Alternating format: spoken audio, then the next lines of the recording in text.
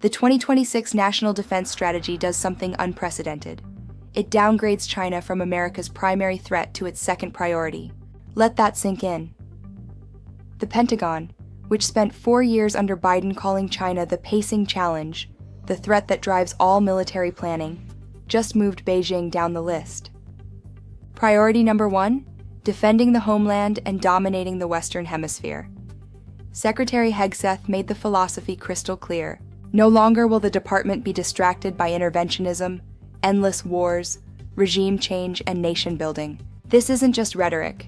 This is institutional rejection of 30 years of American foreign policy. From the Gulf War to Afghanistan, from Iraq to Libya, the strategy calls it all a distraction.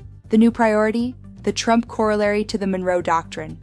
Strategic access to Greenland, control of the Panama Canal, dominance in the Gulf of Mexico.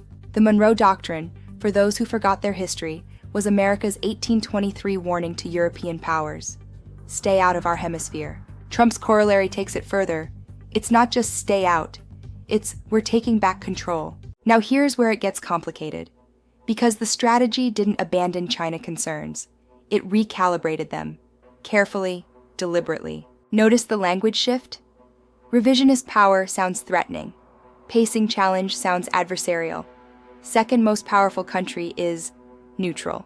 The strategy calls for establishing a strong denial defense along the first island chain.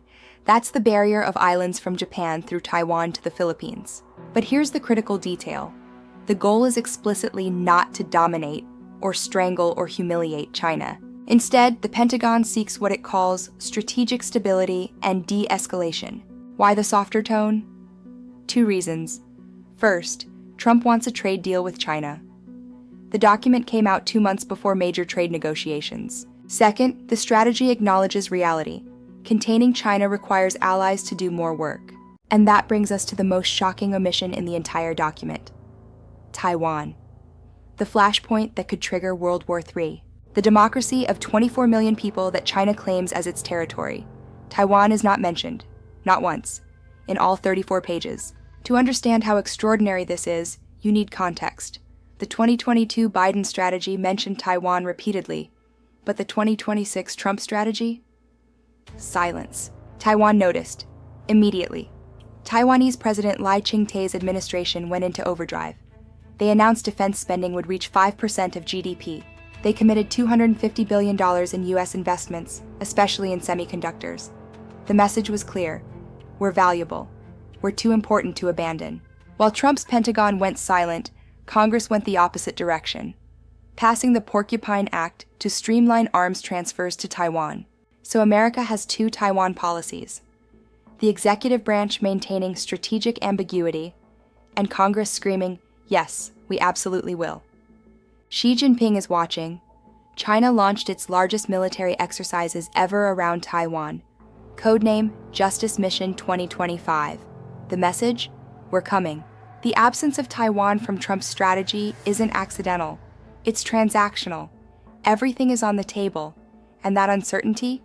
That's the point. But Taiwan isn't the only ally wondering where they stand. Because the 2026 strategy delivers a blunt message to America's partners worldwide. You're on your own. South Korea? Capable of taking primary responsibility for deterring North Korea with critical but more limited U.S. support. Translation: the 2,500 U.S. troops stationed in South Korea might not stay there. The Pentagon wants flexibility to use them against China elsewhere. Europe? Even blunter. The strategy says Russia is a persistent but manageable threat, and that NATO allies are strongly positioned to take primary responsibility. The Pentagon's argument? Germany's economy alone dwarfs Russia. Europe combined is vastly more powerful. So Europe should defend Europe. As for Ukraine? The strategy says allies should take the lead. The war that defined Biden's foreign policy becomes Europe's problem in Trump's. Defense analysts call this burden sharing. Critics call it abandonment. Either way, it's a fundamental reordering of alliances that held firm for 75 years. Since 1949, the Transatlantic alliance rested on one principle. An attack on one is an attack on all. That collective defense was non-negotiable. The 2026 strategy doesn't officially end that commitment, but it redefines it so dramatically that allies from Seoul to Berlin are frantically recalculating. Now here's something that barely made headlines but might matter most. Technology. The 2018 and 2022 defense strategies treated emerging technologies as the cornerstone of American military dominance. AI, hypersonics, quantum computing. The 2026 strategy? It barely mentions technology at all. Defense analyst Stacy Pettyjohn observed, the 2026 NDS includes only a few mentions. What does get mentioned? Trump's Golden Dome initiative, a missile defense shield for America, cyber defenses, counter-drone systems, but the focus shifted.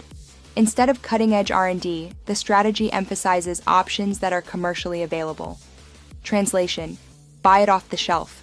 This is happening while China invests massively in AI-driven warfare, hypersonic missiles, and quantum communications. The technology race that defined great power competition just got deprioritized on the American side. But there's one area where the strategy doubles down: the defense industrial base. Trump signed an executive order targeting defense contractors who prioritize stock buybacks over production capacity.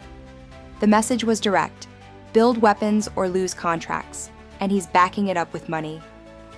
Reports indicate Trump wants a 50% increase in military spending, pushing the budget toward $1.5 trillion by 2027. The focus? Building capacity, more ships, more missiles, more ammunition. The strategy acknowledges that in a prolonged conflict with China, industrial output wins wars. And right now, China is winning that race. They're building warships faster than any nation in history.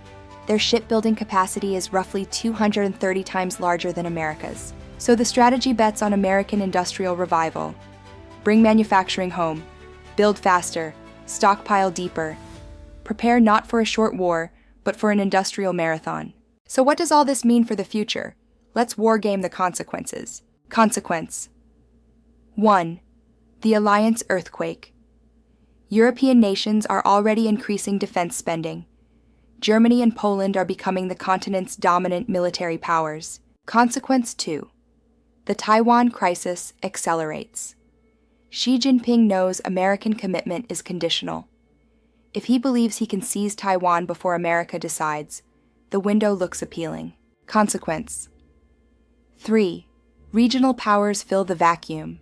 In Asia, that could mean Japan remilitarizing dramatically, South Korea developing nuclear weapons, regional arms races. Consequence 4.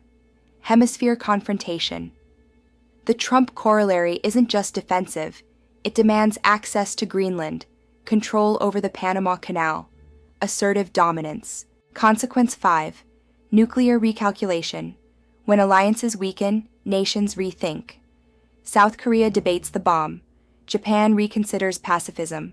Germany questions protection. More nuclear powers means more chances for miscalculation, accidents, or deliberate use.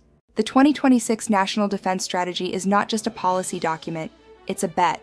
A bet that America can secure its homeland without maintaining global order. History will judge whether this bet pays off. Whether America first makes America safer, or whether pulling back creates the very chaos it seeks to avoid. One thing is certain: the world that emerges from this strategy will look fundamentally different than the one that came before. And we're all about to find out, together, what that world looks like.